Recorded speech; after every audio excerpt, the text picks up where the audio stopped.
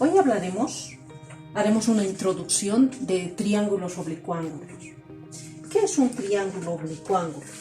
Es aquel que no tiene un ángulo recto. Cualquier triángulo, pero que no lleve un ángulo de 90 grados. Pueden ser considerados, y otros más, ¿no? Donde no hay ningún ángulo de 90 grados. Ese es el triángulo oblicuángulo. Para resolver en un triángulo oblicuángulo todos sus elementos, que también tiene 3 ángulos y tiene 3 lados, debemos recordar lo siguiente. Primero tenemos que saber el teorema del seno. El teorema del seno, vamos a hablar solamente del teorema del seno. El teorema del seno tiene que ver, vamos a trabajar con este triángulo, ¿sí? Para que puedan entender. Tengo este triángulo, tengo vértices A, B y C. El teorema del seno tiene que ver con la proporcionalidad del ángulo, el lado con el ángulo. Este es el teorema del seno.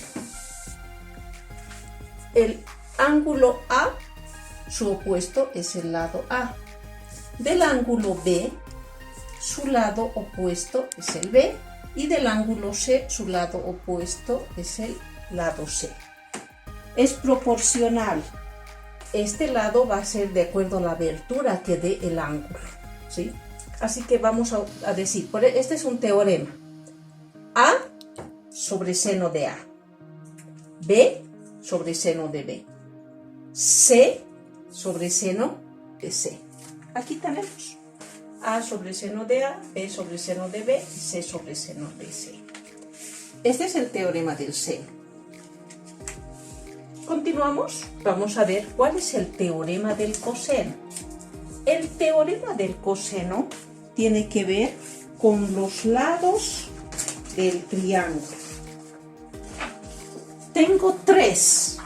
Esto quiero que entiendan, no es nada difícil, tienen que saber de memoria, ¿sí? El teorema del coseno se relaciona con los lados del triángulo. Si yo quiero hallar el lado A, fíjense, A al cuadrado es igual a los otros lados, B al cuadrado más C al cuadrado menos 2 BC, estos dos ángulos, estos dos lados, BC, por el coseno de A.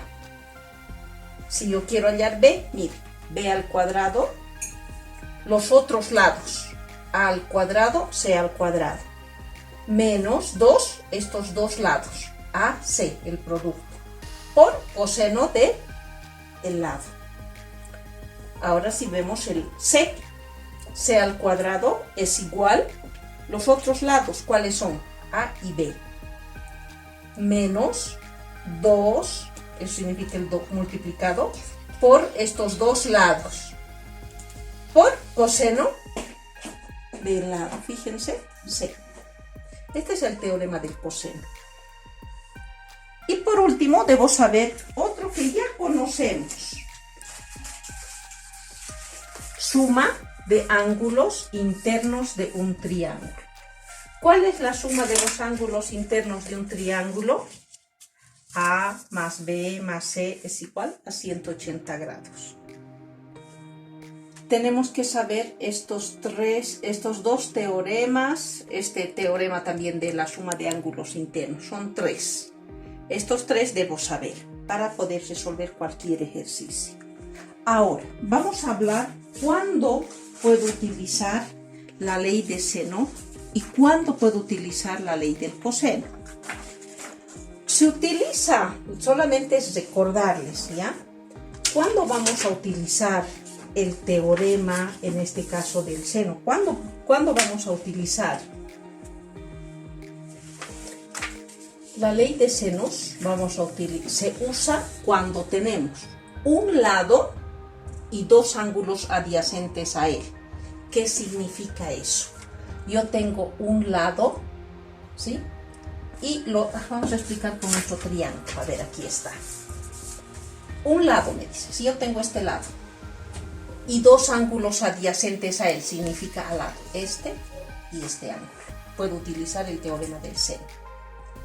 Puedo utilizar cuando dice dos lados, cuando tenga dos lados, vamos a hacer con rojo, cuando tenga dos lados, fíjense, si yo tuviese B y C, y uno de los ángulos opuestos a ellos, puede ser este o puede ser este otro.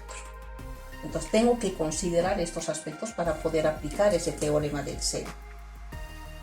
¿Cuándo aplico el teorema del coseno? ¿Cuándo aplicamos el teorema del coseno? Quiero que tomen atención.